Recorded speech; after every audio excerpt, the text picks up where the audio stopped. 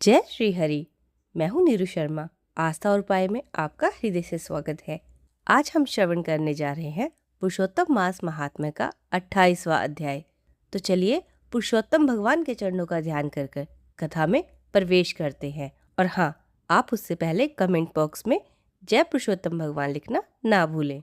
श्री नारायण बोले, चित्रगुप्त धर्मराज के वचन को सुनकर अपने योद्धाओं से बोले, यह कद्रे प्रथम बहुत समय तक अत्यंत लोभ से ग्रस्त हुआ, बाद चोरी करना शुरू किया, इसलिए यह प्रथम प्रेत शरीर को प्राप्त होकर वानर शरीर में जाए, तब हम इसको बहुत सी नरक यातनाएं देंगे।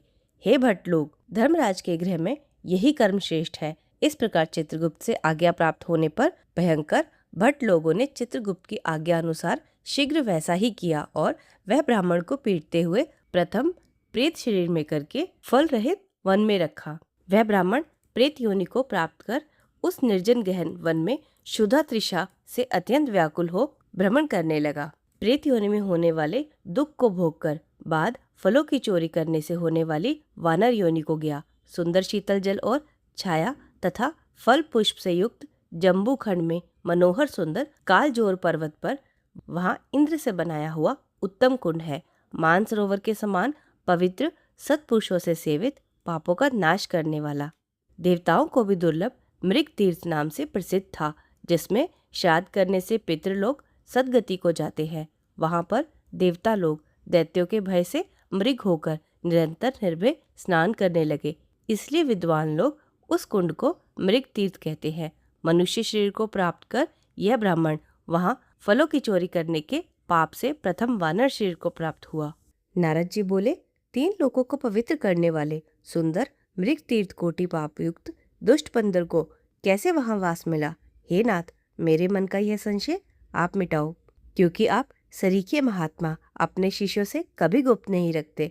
सूत जी बोले, हे ब्राह्मण, इस प्रकार नारद के पूछने पर तपोनिधि नारायण सत्कार करते हुए अति प्रसन्न हो बोले, श्री नारायण ने कहा, चित्रकुंडल नाम का कोई महान वैश्य था। उसकी तारका नाम की पतिव्रता स्त्री थी। उन्होंने पवित्र पुरुषोत्तम मास का व्रत किया। पुरुषोत्तम मास का व्रत करते करते पुरुषोत्तम मास बीत गया। पिछला दिन आने पर चित्रकुंडल ने सपत्निक श्रद्धा भक्ति से उद्यापन किया। उद्यापन विधि करने वेद वेदांग को जानने वाले गुणवान ब्राह्मणों को स्त्री सहित बुलाया। हे नारद जी, वहाँ धन लोभ से कद्रे ब्राह्मण भी गया। उद्यापन विधि पूर्ण होने पर चित्रकुंडल वैश्य ने स्त्री सहित ब्राह्मणों को अत्यंत बहुत से दान से प्रसन्न किया। उसको प्रसन्न कर औरों को भी बहुत सी दक्षिणा दी। उसकी दी बहुत सी दक्षिणा से दूसरे ब्राह्मण संतुष्ट हो अपने घर गए, किंतु अत्यंत लोभी कद्रे रोता हुआ उसके आगे खड़ा हो गया। विनय पूर्वक गदगद वाणी से चित्रकुंडल से बोला, हे चित्रकुंडल, आपने पुरुषोत्तम का व्रत विधि से किया, जैसा पृथ्वी पर कहीं किसी ने नहीं किया। इस समय आप कृतार्थ हो और सब प्रकार भाग्यवान हो। तुमने अत्यंत भक्ति से पुरुषोत्तम व्रत किया। तेरा पिता और पतिव्रता माता धन्य है, जिन्होंने तुझसा हरि भक्त पुत्र उत्पन्न किया। यह पुरुषोत्तम मास धन्य से भी धन्य है, जिसके सेवन से इस लोक और परलोक का फल प्राप्त होता है। हे वैश्यपति, तेरी पूजा देख मैं चकित हो गया। अहो, निसंदेह तुमने बड़ा भारी कर्म किया और ब्राह्मणों को बड़े आनंद से धन दिया। हे दाता, मुझ भाग्यहीन को क्यों नहीं देते? ऐसा सुन कद्रे को वैश्य ने धन दिया। उस धन को ब्राह्मण ने बड़े आदर से जाकर पृथ्वी में गाड़ दिया। इस ब्राह्मण ने वहां श्री पुरुषोत्तम की पूजा देखी और धन लोभ से पुरुषोत्तम मास की स्तुति की। पूजा देखने और पुरुषोत्तम मास की स्तुति से धन का लोभी मृग तीर्थ को प्राप्त हुआ। सूत जी बोले, दर्शन स्तुति से या धन का लोभ करने से दुष्ट बंदरों को भी श्रेष्ठ तीर्थ का वास मिला। हे द्विजो, जो मनुष्य श्रद्धा से पुरुषोत्तम देव का व्रत स्त्री सहित दर्शन स्तुति करते हैं, उनके पुण्य का तो कहना ही क्या। नारद जी बोले, हे ब्राह्मण, श्रेष्ठ शीतल जल धन छाया युक्त मनोहर श्रेष्ठ वृक्ष से शोभित वन में रहने का क्या कारण है, वह बताइए। श्री नारायण बोले, नारद, तुम्हें सुनने की इच्छा है, अतः मैं कहता हूँ। इसमें कुछ कारण है। सुनने से पाप नष्ट होते हैं। सब अर्थों के फल को देने वाले रामचंद्र जी जब समुद्र में सेतु बना रावण को मारने गए, तो रामचंद्र जी ने भविष्य को छोड़ सब राक्षसों को मार डाला। तत्पश्चात अग्नि से शुद्ध जानकी को अंगीकार किया। फिर रावण के मारने से प्रसन्न हो ब्रह्मा, शिव, इंद्र आदि देवताओं ने कहा कि हे राम जी, वर मांगो। इस प्रकार सब भक्तों को अभय करने वाले रामचंद्र जी बोले, हे देवताओं, जो मुझे वर देना हो तो मेरी बात सुनो। यहाँ शूरवीर वानरों को राक्षसों ने मार दिया, उन्हें मेरी आज्ञा से अमृत वर्षा कर शीघ्र जिलाओ।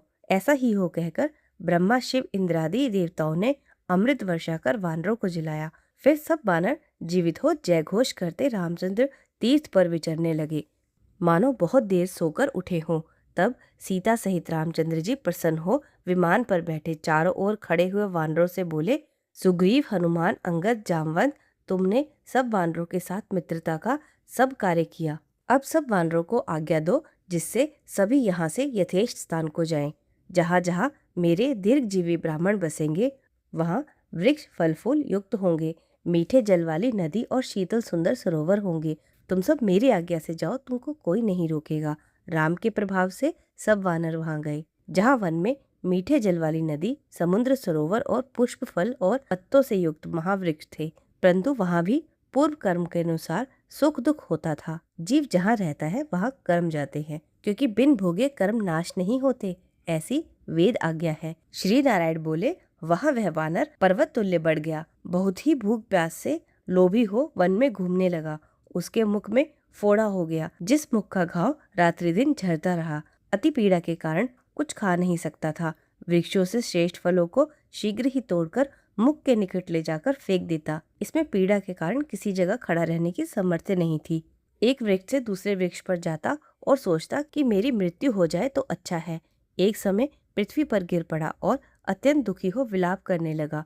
अंग भंग रोता हुआ, जैसे जल बिना मछली, वैसा भूखा प्यासा गिरता, शरीर, मुख, फिर घाव से पीड़ित सब दांत गिर गए। पूर्व जन्म में पाप करने से इस प्रकार दुख पाते, इस प्रकार नित्य निराहार रहते हुए देव योग से पुरुषोत्तम मास आया।